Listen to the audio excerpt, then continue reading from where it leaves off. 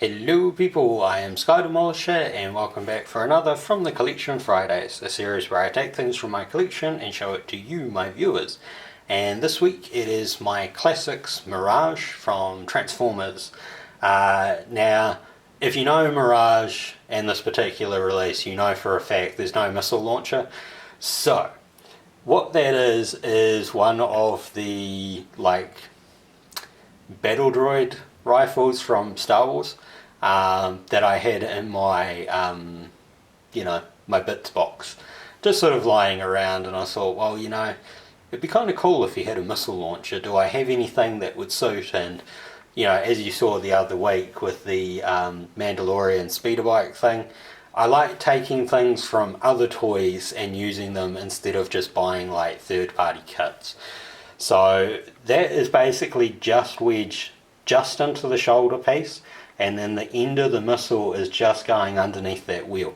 But it's not done in such a way that it's putting too much force on the wheel or anything, so it should be okay.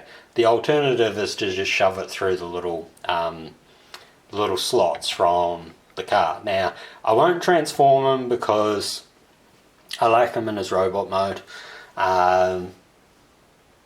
And I've only transformed him from his vehicle mode to his robot mode once. It's easy enough to find photos of him.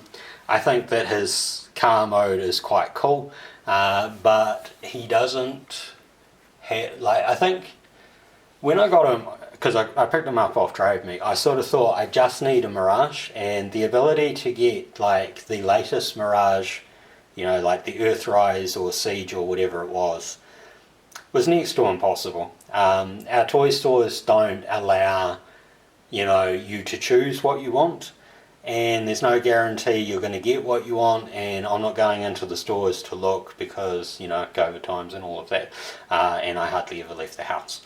So, I thought I just need a Mirage for my collection. I don't have one. This one was cheap, and I thought, yes, he's probably not going to be so cool or whatever. Honestly, I think of all the Transformers I've got this year, he's one of my favourites. He's so much better than what I was expecting. Now, scale-wise, you're quite lucky here, because I actually have the recent Studio Series Blur and the Cup on the bench at the moment. I'm not doing videos for them at the moment, but you can sort of see how he scales with them. Body-wise, pretty good. Probably the only thing that I could say is a letdown is his head. He's got a very small head. But, if it focuses, his head does in fact have that light piping. Now, I don't know. I did have a torch here before. I don't know where it's gone now. There was a torch here, but there's light piping through the back bit there. So scale wise, he actually fits really well with that scale, and literally the only thing where he's kind of let down is his small head. So I'll just get rid of these two because they're not part of the party today. Paint wise, I actually think his paint job is really, really nice. It's full of tiny little details, along the spoilers, along the edges, on his gun there, if it's going to focus. So even on his gun there are details, and there's nice detailing there for the canopy at the front. So he sort of transforms into a sort of futuristic looking F1 racer. Articulation wise, he's got the full Van Damme split going.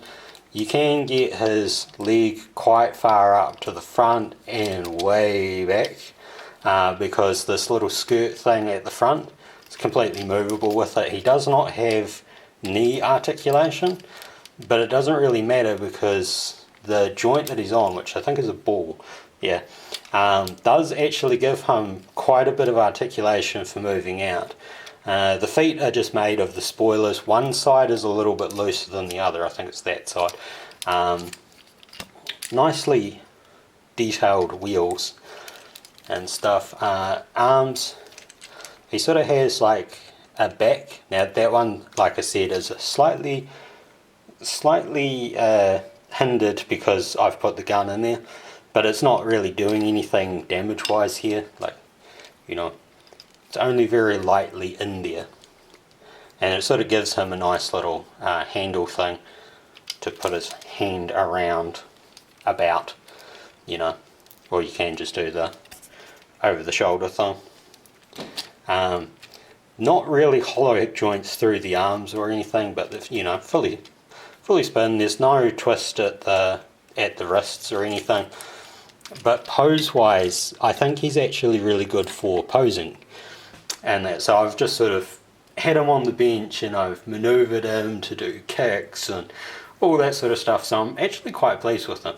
Like I said, you know, like I don't review the things that I'm doing. Like from the Collection Fridays, it's not a review thing. It's just like a, here's my cool thing. Here's some things that it does.